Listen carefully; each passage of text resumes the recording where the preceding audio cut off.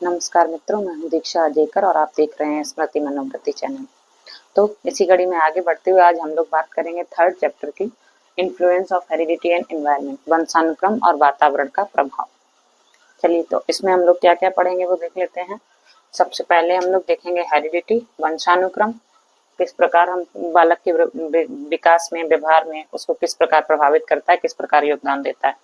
Environment, identical and फैटर्नल twins, समान और भ्रातृ जुड़वा, इनको द्विइग्नज जुड़वा भी कहते हैं।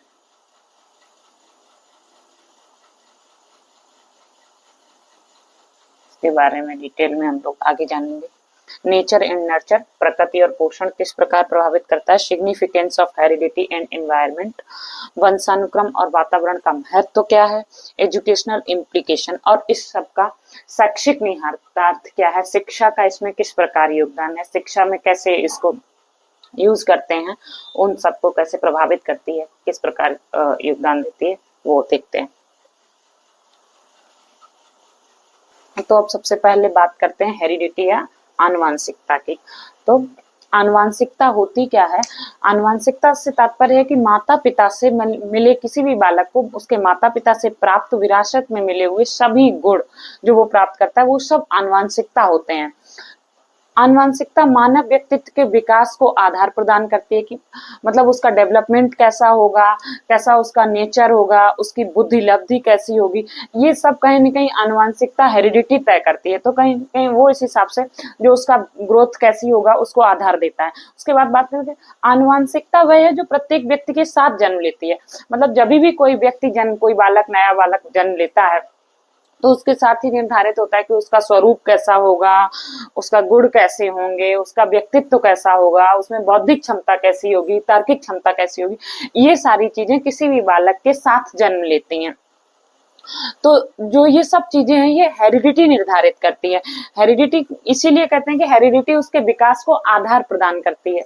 इसीलिए कहते हैं हेरिडिटी जो है, वंशानुक्रम है, कहीं न कहीं विकास की सीमाएं भी तय करती है। जैसे यदि कोई बालक है जो मूक बधिर है या दृष्टि बाधित है, तो अब अगर वो मूक बधिर है तो हम लोग उसको कितना ही अच्छा एनवायरनमेंट देते जाएं, पर वो उस पर प्रभाव नहीं दिखा सकता है, क्योंकि जब वो बोल नहीं सकता तो उसका प्रभाव उस पर कैसे दिखेगा।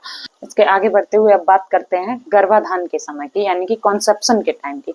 तो कॉन्सेप्शन के टाइम पे जब जो मेल सेल्स होती हैं उनको स्पर्म्स और जो फीमेल सेल्स होती हैं उनको एग्स कहते हैं।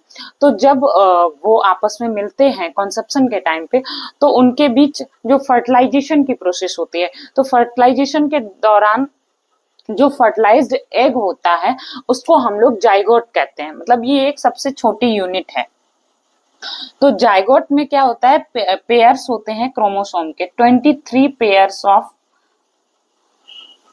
क्रोमोसोम्स एक जाइगोट में होते हैं। या फिर नंबर ऑफ क्रोमोसोम्स जो होते हैं, या क्रोमोसोम्स को हिंदी में गुणसूत्र कहते हैं, तो वो 46 होते हैं। तो अगर हम बात करें कि जो मेल और फीमेल सेल्स का जो यूनियन होता है, यूनियन है कॉन्सेप्शन के टाइम पे, तो उसके यूनियन से फर्टिलाइजेशन होता है, तो तभी फर्टिलाइज्ड एग का निर्माण होता है। और ये जो फर्टिलाइज्ड एग है इसी को जाइगोट कहते हैं। तो इसे अच्छे से जानने के लिए आगे नेक्स्ट पॉइंट पे बढ़ते हैं।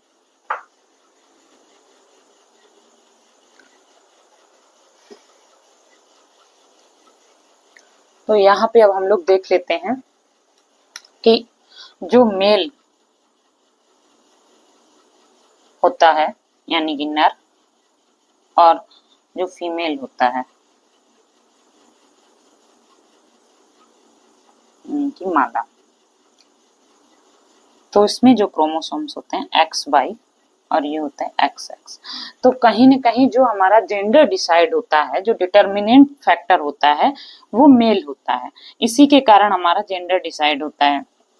तो यहाँ से, क्योंकि यहाँ से तो हर बार एक्स ही जाना है, चाहे ये जाए चाहे ये जाए, पर यहाँ से अगर एक्स जाता है तो आपका बेबी गर्ल होगा, और अगर यहाँ से वाई जाता है तो आपका बेबी बॉय होगा। एक्स एक्स तो बेबी गर्ल,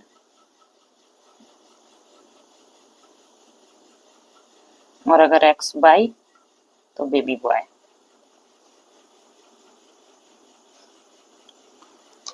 बात करते हैं तो ये जो होता है जाइगोट, यहाँ पे आपके 23 पेयर ऑफ होते हैं क्रोमोसोम्स, यानी कि गुणसूत्रों के।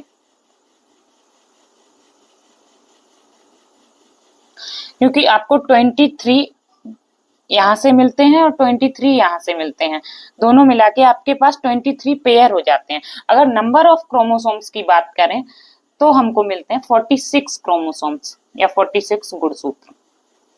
यहाँ से सीधा सीधा एक क्वेश्चन भी आता है कि बेबी गर्ल XX होगा और बेबी बॉय XY होगा। अब बात करते हैं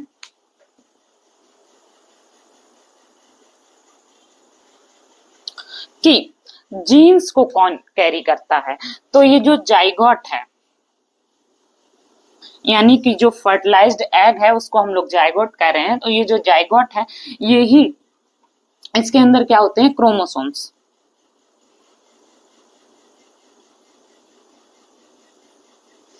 तो जो क्रोमोसोम्स होते हैं ये अपने अंदर जीन्स को कैरी करते हैं। इनका थ्रेड लाइक धागे के जैसा स्ट्रक्चर होता है। तो अब बात करते हैं कि जीन्स क्या होते हैं, जीन से रिलेटेड थी। तो एक होता है जीनोटाइप और दूसरा होता है फिनोटाइप। जीनोटाइप क्या होता है, जो हमारा जेनेटिक मेकअप है जिसके कारण हमारी इंडिविजुअलिटी शो होती है, जैसे कि जिस हमारी हेरिडिटी से मिली हुई जो हमारी विशेषताएं हैं जिन्हें हम कैरी करते हैं। जैसे हमारे ह्यूमन होने की जो विशेषता है कि जो हमारे अंदर रहती हैं, पर वो जरूरी नहीं कि ऑब्जर्वेबल हो। जैसे कि हमारी अंदर बहुत सारी यूनिक आइडेंटिटी छिपी होती हैं, हमारे फिंगरप्रिंट्स हो गए, हमारी आईज हो गई, या किसी व्यक्ति में किसी बच्चे को बहुत अच्छा आर्टिस्ट है तो उसके आर्टिस्ट होने की कला उसके अंदर छिपी हुई है, लेकिन हम उसकी शक्ल देख के नहीं बता सकते कि ये आर्टिस्ट अच्छा है। या कोई बहुत अच्छा वैज्ञानिक है तो उसमें साइंस की स्किल्स बहुत अच्छी होंगी, तो अब ये उसकी शकल पे नहीं लिखा है कि इसमें साइंस की स्किल्स बहुत अच्छी हैं। तो ये वाला जो जेनेटिक मेकअप है ये जीनोटाइप के अंतर्गत आता है, जो कि हमको शो नहीं होता है, हम देख नहीं सकते, किसी भी व्यक्ति को देख के नहीं बता सकते कि ये इंजीनियर है तो उसमें जो टेक्नोलॉजी वाली स्किल्स होंगी वो बहुत अच्छी होंगी, या कोई आर्टिस्ट है या कोई फोटोग्राफर है। तो ये जो स्किल्स हैं ये जीनोटाइप है और ये हमको दिख नहीं सकती हैं। वहीं पे अगर बात करें फिनोटाइप की, तो फिनोटाइप के अंतर्गत वो क्वालिटीज आती हैं जो ऑब्जर्वेबल होती हैं, जिन्हें हम देख सकते हैं, चाहे वो हमारी हाइट हो जाए, हमारा वेट हो जाए, या फिर हमारा कलर हो गया है, जो कि व्यवहारिक रूप से दिखती भी हैं, प्रतीत होती हैं, या हमारे हेयर का कलर हो गया, जो भी चीजें जो दिखती हैं वो फिनोटाइप के अंतर्गत आती हैं। लेकिन जो जीनोटाइप मेकअप है, चाहे हम अपने अंदर कितनी ही यूनिक आइडेंटिटीज को लेके क्यों ना बैठे हो, वो कभी भी दिखाई नहीं पड़ता है। तो ये तो रहा हमारा जीनोटाइप और phenotype. Identical and fraternal twins, जुड़वा बच्चों की बात करें तो ये भी दो प्रकार के होते हैं। आइडेंटिकल यानी कि समान युग्मनज जुड़वा, और फ्रेटर्नल यानी कि भिन्न युग्मनज जुड़वा। जो आइडेंटिकल ट्विंस होते हैं वो एक स्पर्म से ही मिलके बने होते हैं, सेम उनका प्लेसेंटा भी सेम होता है, और ये हमेशा सेम होते हैं, चाहे उनका फेस हो, चाहे उनके इंटरेस्ट हो, ब्लड ग्रुप हो, सब में बिल्कुल सेम होते हैं। इनका जेंडर भी सेम होता है कि अगर दो बहनें हैं तो दोनों बहनें ही होंगी, अगर दो भाई हैं तो दोनों भाई ही होंगे।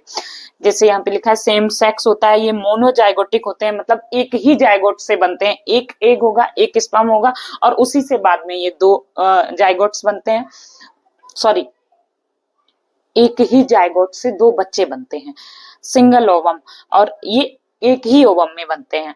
और दूसरी तरफ बात करें अगर फ्रेटर्नल ट्विंस की, तो ये दो एग और दो स्पर्म से बनते हैं। इनका जो सेक्स है वो भी अलग अलग हो सकता है, सेम भी हो सकता है भाई भाई हो, भाई बहन भी हो सकते हैं, बहन बहन भी हो सकते हैं। इनका प्लेसेंटा भी अलग अलग होता है, इनकी क्वालिटीज भी डिफरेंट हो सकती हैं, इनके फेसेस भी अलग हो सकते हैं। तो जैसे असमान जुड़वा होते हैं वैसे होते हैं। लेकिन अगर आइडेंटिकल ट्विंस की बात करें तो ये पूरी तरह से एक दूसरे से मैच करते हैं, बिल्कुल डिट्टो सेम होते हैं, चाहे उनकी शक्ल की बात करें या उनके जो इंटरेस्ट एरियाज हैं, ब्लड ग्रुप हैं, अगर हम लोग बात करें फिंगरप्रिंट्स की तो वो तो डिफरेंट ही होंगे, और कुछ जो इंडिविजुअल डिफरेंसेस होते हैं वो तो सब में होते हैं, तो थोड़े बहुत इंडिविजुअल डिफरेंसेस हो सकते हैं, लेकिन अगर शकल की बात करें, ब्लड ग्रुप, इंटरेस्ट एरिया, ज्यादातर चीजें मैच करती हैं, सेक्स वो भी मैच करेगा। बाकी अगर हम लोग बात करते हैं जो आइडेंटिकल ट्विन्स होते हैं वो एक ही अंडाणु यानी कि एक ही एग से निर्मित होते हैं, उनका स्वरूप भी एक दूसरे से मिलता जुलता होता है, लिंग भी सेम होता है, और जो फेटर्नल ट्विन्स होते हैं, जो भ्रातृ जुड़वा या इसको भिन्न युग्मनज जुड़वा भी कहते हैं, वो 2 एग्स और 2 स्पर्म से मिलके बनते हैं।